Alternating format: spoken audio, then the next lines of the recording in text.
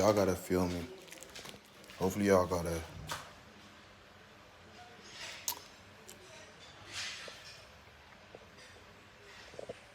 What's good, y'all? It's your boy Trilogy. I want you guys to hear me. Like, I need you guys to feel me on this one today. Alright, so I'm not aging gracefully, man. Like, I ain't even that old. I'm not aging gracefully. Like, it's not like I'm aging ugly. I'm not graceful. Like, there's no smoothness right now. Even though to a lot of folks are like, yo, G's moving effortlessly, like my mind's free. Man, I'm free cause if I don't go free, I would've gone crazy. Alright, so let's break this down, man. Let's get into today's talk.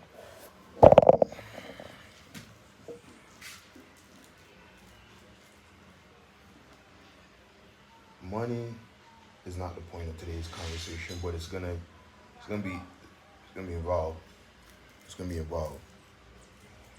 Um, what prompted this talk today was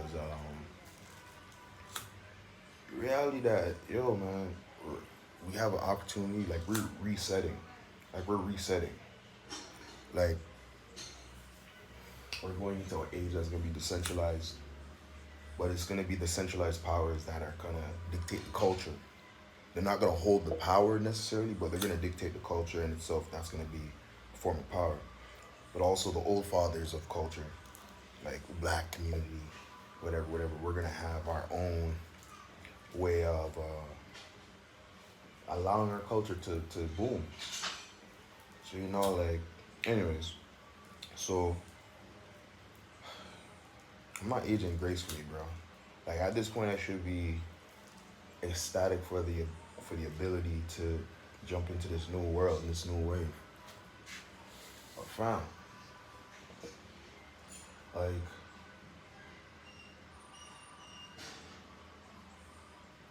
I don't even want to be ungrateful, bro. It's like I don't want to say I'm not happy. I'm happy. I'm actually pretty damn happy.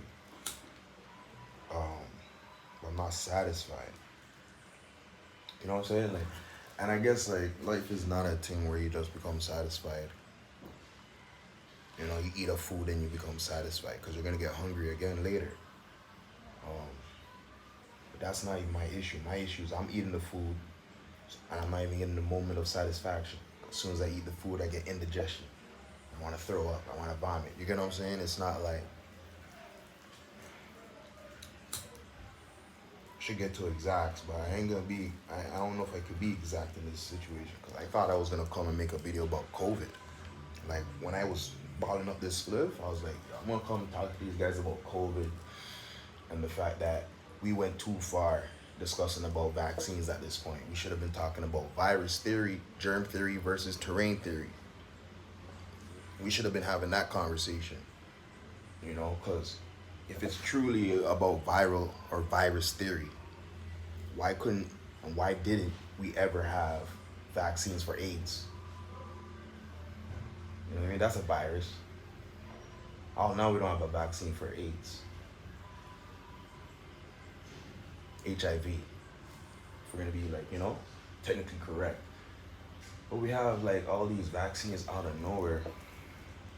I don't know. It just shows you how centralized powers, they just do things for their interests because it serves them.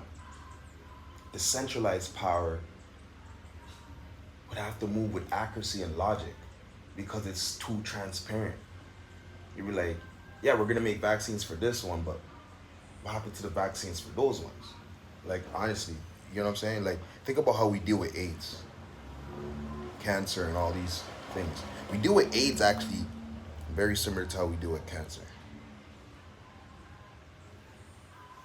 You know what I mean? Radiating the body, but we don't radiate the body for these other diseases or other sicknesses. It's almost like Christianity. We're just picking and choosing when we actually want to follow the rules.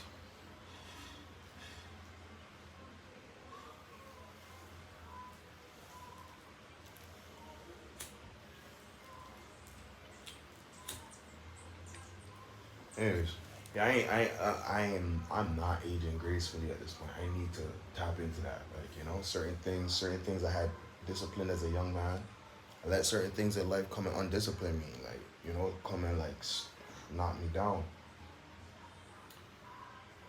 You guys know me. If any of you guys know me, you guys know I get knocked down a billion times. I'm getting up a billion and one.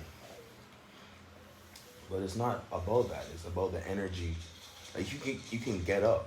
You get knocked down, you get up. But can you throw a punch again? How's your stance? You know what I'm saying? Simple thoughts, simple things that actually contribute to the reality of what I'm fighting. Like I feel at this point, I have less I have less supporters than when I was fresh out of high school saying I wanted to start my music career. I have more followers and more people like whatever, but I have less support. At this point, I'm supposed to be, I'm supposed to have created my own support system. I'm supposed to have kids. There's supposed to be a little GMF running around saying, "Hey, daddy," again, be like, I'm doing a video right now. I'm doing a video. And the reason why that's so important, because I know all my kids are gonna be geniuses at music, and they're gonna have the choice whether they want to do music or not. But it's gonna be almost impossible for them not to say, "Yeah, let's get into the music game," because the networks I built, it's not gonna be the kind of BS that other people's children have to go through when they want to pursue music, like what I've witnessed. And even kids I've helped, the parents who were in the industry, they themselves and stuff. All I'm saying is,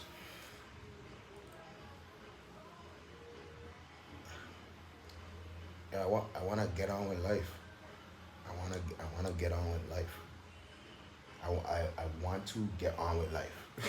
Like, I'm tired of my brain thinking, okay, I want to maneuver, go here, maneuver, do that, and then all these rules, bro. It's making me feel like, yo, the only way I'm gonna finesse this whole thing and get back to me is to stop smoking weed. Which in itself, let's talk about that. Let's talk about that, guys.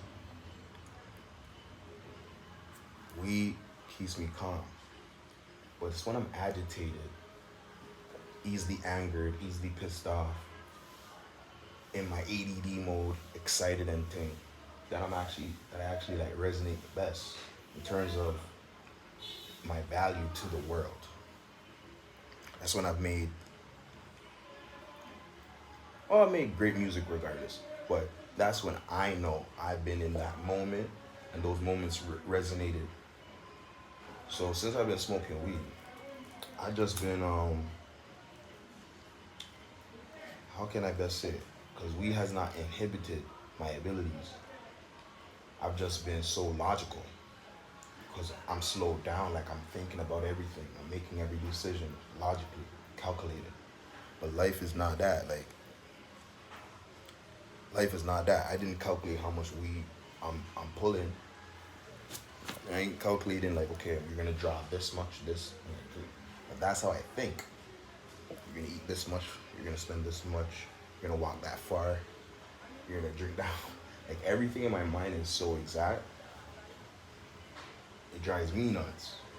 But when I'm in that mode where I'm like, and I'm driving everyone nuts, I'm actually very valuable in those moments, in that energy. So I think what I've been doing is tapping into that with logic instead of it allowing it naturally. Ooh. Look like I'm talking to myself in this video. I ain't even really talking to y'all. I thought I was gonna be talking to y'all, but I'm really talking to myself in this one. So here we go. The reality is, in order for me to actually age gracefully,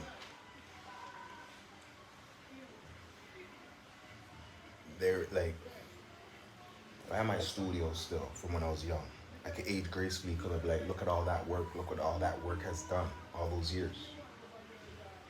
If I had kids, I could age gracefully. I'd be like, see, that's the point.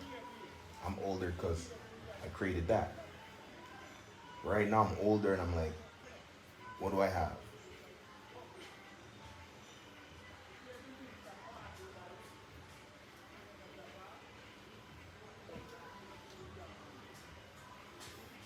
It's like everything I have is the same shit I've been had. And I lost a bunch of the shit I've been had. The great, I guess the good thing about it, things I still have are more refined. You know, my love for music is more refined. My love for tech, my ideas. So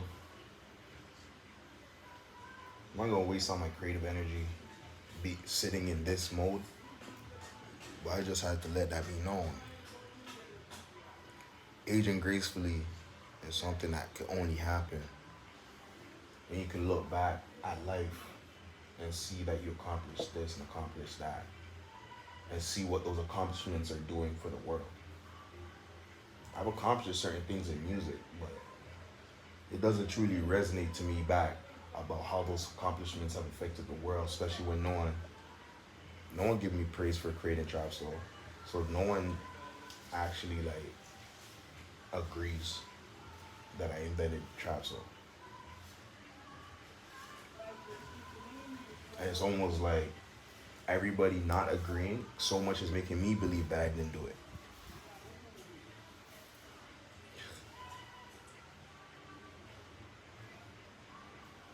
But someone had to do it. Like someone invented peanut butter. You know what I'm saying?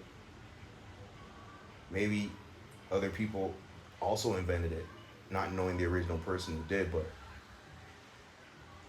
there was a moment of inspiration when that was happening. And my whole thing is I was on the internet saying, yo, look what I'm doing, guys. So I have a certain narrative about what I've contributed and what I should feel proud to age gracefully. But my guy,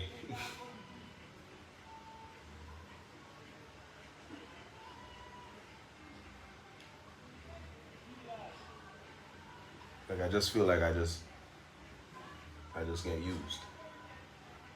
I help people and I want to, but I don't even want to be helped. You know what I'm saying? I want to be used. I just want to be used at my right value, which is ultimately my fault. If I'm not properly valuing myself when I get into situations, because I just want to be helpful, I'm happy to be there. But my energy is veteran, so I can't actually have the energy of being happy to be there. I want to run the show. I'm put in positions of leadership to run the show. But that big money talks, bro. And I ain't no Boy Wonder pockets, I ain't no OVO pockets, but my city is that. It's crazy the way you compare yourself to situations that you should never compare yourself to. I've never had a factory of producers sending me beats so that I can use under my name. I've never had an artist that was on TV come and say, yo, I'm gonna use your sound to push my image. You know what I'm saying? So I should not be comparing myself to those guys. Because if I had that situation, there would be no OVO.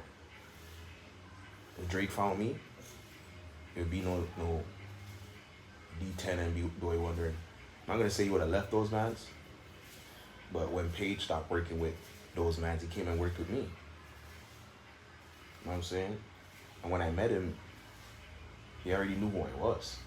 So that was a weird thing for me, because the internet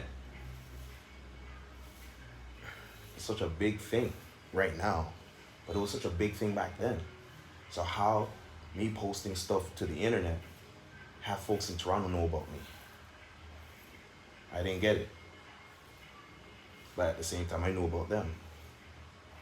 See, I was respecting people in my mind way greater than I should have. And they were respecting me. But because I didn't hold myself to the right regard of my true role in this community, my true skill set as a musician, I got, as my ex would say, I got giddy. So that's an interesting point, G.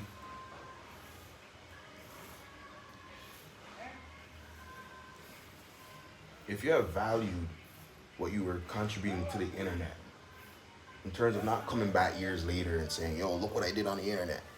But in those moments, creating the right moves, shaking the right hands, but ensuring the right deals were coming from it. You can age gracefully, fam. You would have been able to age gracefully. You were chilling right now and saying nothing, yeah. So I don't have no regrets. I'm learning the lesson. You know what I mean? If I had to live this life again, probably make the exact same decisions. Because in the moment, I was always doing what felt good in my heart. But wisdom of Western society trumps that. It definitely does. Anyways, I ain't trying to make this video too long, especially when I ain't coming on here talking the gems I wanted to talk. Inspiration brought it a different way. But it's something I started to share because these thoughts are actually probably more real than any thoughts I've ever had because, you know, I'm actually chilling on the landscape of where my family comes from. Like there's a true humility of the lifestyle that I could have been raised in if I was born here. In fact, I'm talking different from everyone around me. You know what I'm saying? And that's based on a lifestyle I was raised in. But there is a reality of what my DNA could have been bound to.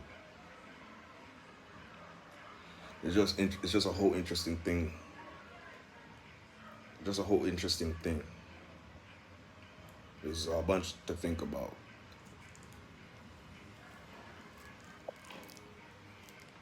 Anyways, guys, till next time. Peace.